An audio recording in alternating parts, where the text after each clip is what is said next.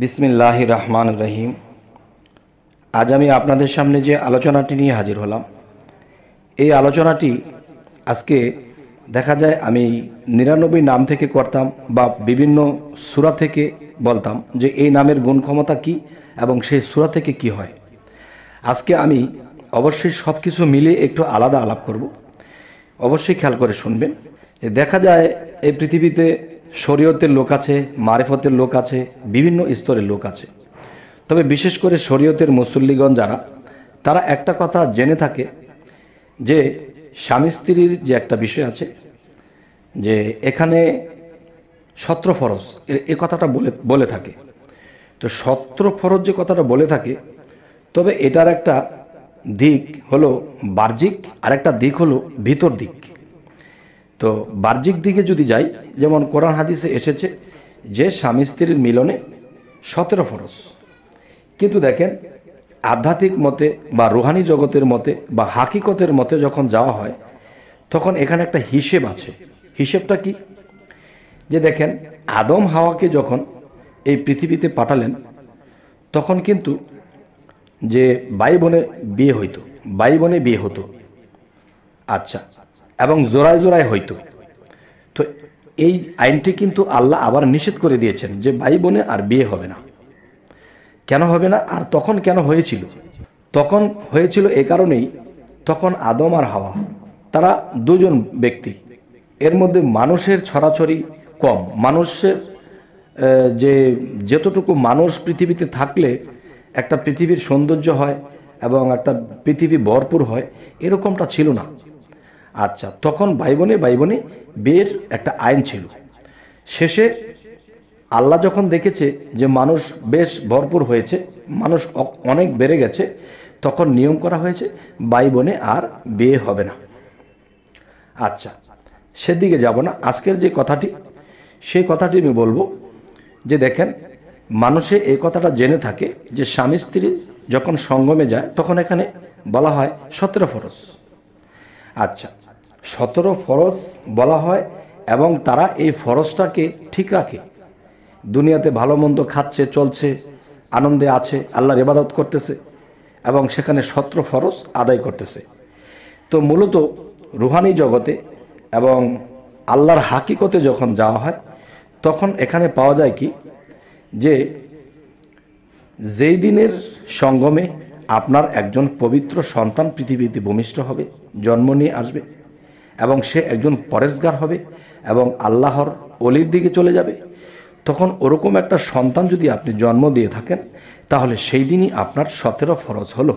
কারণ সেই দিনটাকে আপনার মনে রাখতে হবে যে আমাকে আল্লাহ একজন পবিত্র সন্তান দান করেছেন, পবিত্র আত্মা আল্লাহ আমাকে দান করেছেন। তখনই মনে করবেন যে আপনার 17 ফরজ আদায় করা হলো। আর যদি একটা সন্ত্রাস হয়, যেটা খারাপ মানুষ হয়, যদি দেখা যায় খুন খারাপি করে, মানুষের ক্ষতি করে, ডাকাতের মতো এমন অবস্থা, তখনই বুঝবেন যে আমার সমস্যা ছিল, আল্লাহ বেজার ছিল, আর আল্লাহর নিয়ম কানুনের বাহিরে চলেছি, যার ফলে আল্লাহ বেজার হয়েছে, আমার ভাগে একটা খারাপ সন্তান জন্ম নিয়েছে। যাই হোক, এই কথাগুলো শরীয়তের মানুষে অনেক সময় এ কথাগুলো মানতে পারে না, আবার কেউ মেনে নেয়। তো অবশ্যই যেমন একজন মানুষ যদি পবিত্র থাকে, আত্মা পবিত্র, দেহ পবিত্র এবং আল্লাহর কালামের উপরে থাকে, আল্লাহর নামের উপরে থাকে, তখন তাদের সঙ্গমে এবং তাদেরকে আল্লাহ পবিত্র সন্তান দিয়ে থাকে, আর সেই সন্তান পৃথিবীতে পরেশগার হয়, অলি আউলিয়া হয়। আচ্ছা, তাহলে আজকের যে আলোচনাটি আপনাদেরকে যে জিনিসটা বোঝাতে চাচ্ছি, যে 17 ফরজ, স্বামী স্ত্রীর সঙ্গমে যে 17 ফরজ, এই কথাটি এক জায়গায় ঠিক আছে, আরেক জায়গায় ভুল আছে। কিন্তু এই ভুলটাই সঠিক হয়ে চলছে, আর যেটা সঠিক সেটা মানুষে কান দিচ্ছে না, সেটা মানছে না। যাই হোক, আজকের আলোচনাটা একটু ছোট করেই করতেছি।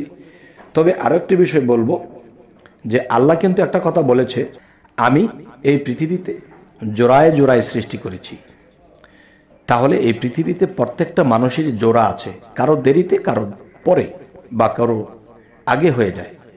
তো এখন আমি বলবো যে জোড়ায় জোড়ায় যেহেতু আল্লাহ পৃথিবীতে মানুষ সৃষ্টি করেছে, বিভিন্ন প্রাণীদেরকেও সৃষ্টি করেছে, তাহলে এখন আমরা কি করব, যে আল্লাহ কিন্তু এটাও বলেছে যে আমার চন্দ্র সূর্য নক্ষত্র সমস্ত কিছু হিসেব মতো চলে।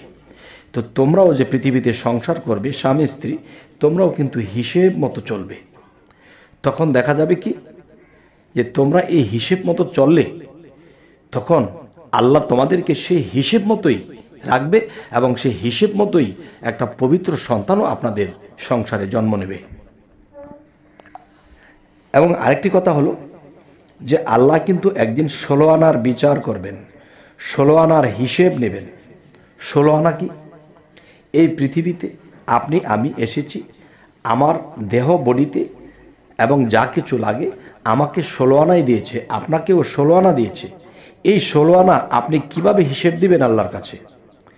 যে তোমাকে যে আমি ধনরত্ন দিয়েছি, আমি যে তোমাকে যৌবন দিয়েছি, তোমরা কোন পথে খরচ করেছো, কিভাবে খরচ করেছো, কিভাবে নষ্ট করেছো, আর কিভাবে আয় করেছো, এই সমস্ত হিসেব আল্লাহ নেবে। এখন এই হিসেব দিতে যাইয়া যদি আমরা ঠেকে যাই, তখন আল্লাহকে আমরা জবাব দেব কি?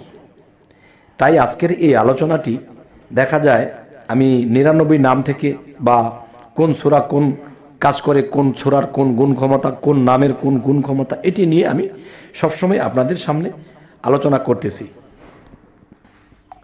কিন্তু আজকের আলোচনাটি একটু ব্যতিক্রম করা হলো, যে বিভিন্ন আলোচনার ফাঁকে একটু এই ধরনের আলোচনাও লাগে।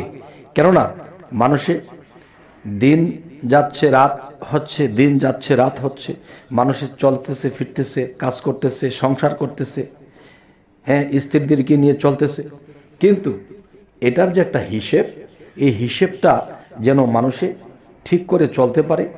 আর আমার এই ইউটিউবের এই কথাগুলো যদি আপনাদের কোনো উপকারে আসে, ইহকাল ও পরকালের কোনো উপকার হয়, এই জন্য আপনাদের সামনে এই আলোচনাটি নিয়ে আসলাম। আমার মধ্যে যদি ভরপুর থাকে, তখন কিন্তু এটা 4 আনা 3 আনা 4 আনা 8 আনা খরচ হয়ে যায়। আমাদের দেখা গেছে দুনিয়াতে যখন আমরা ভালো খাবার খাই, মাংস মাছ বিভিন্ন সুস্বাদু খাবার, যখন বেশি রকম খাওয়া খাদ্য করব, তখন কিন্তু সেই যৌবনী পানিটা অতিরিক্ত জমা হয়ে থাকে। তখন সেটা যখন ভিতরে টলমল করতে থাকে, তখন কিন্তু আর নিজে স্থির থাকা যায় না, নিজেকে ঠিক রাখা যায় না। তখনই মানুষ সেই সঙ্গমে লিপ্ত হয়, আর তখনই তার 16 আনা তার থেকে ক্ষরণ হয়ে যায়। তবে আল্লাহ বলেছে, তোমরা পৃথিবীতে যারা মানুষ হয়ে জন্মেছ, অবশ্যই মানুষ তো ভুল করেই থাকে। তবে আমরা যদি এরকম ভুল বেশি করে থাকি, অবশ্যই আল্লাহর কাছে ক্ষমা প্রার্থী হব। এবং আমরা কি করব, যে একটা হাদিসে কিন্তু এসেছে, যার বিবাহ করার তৌফিক নেই সে যেন বেশি বেশি রোজা রাখে। এটা কেন বলেছে? যে রোজাটা রাখলে তখন মানুষের জৈবনী শক্তিটা দুর্বল থাকে, সেটা যখন নিস্তেজ থাকে, তখন সেই মানুষটির দ্বারা 16 আনার ক্ষতি হয় না। তাই বলবো, স্বামী ও স্ত্রী তারাও যদি রোজাটা রাখে, তাহলে সেই জিনিসটা দমন থাকবে, আর আপনার 16 আনার হিসেবটাও ঠিক থাকবে। তবে আজকের এই কথা আপনাদের কেমন লাগলো? যদি ভালো লাগে অবশ্যই সাবস্ক্রাইব করে নিন, পরবর্তীতে যেন আপনাদের সামনে আরও ভালো আলোচনা নিয়ে উপস্থিত হতে পারি। সকলে ভালো থাকবেন। আল্লাহ হাফিজ।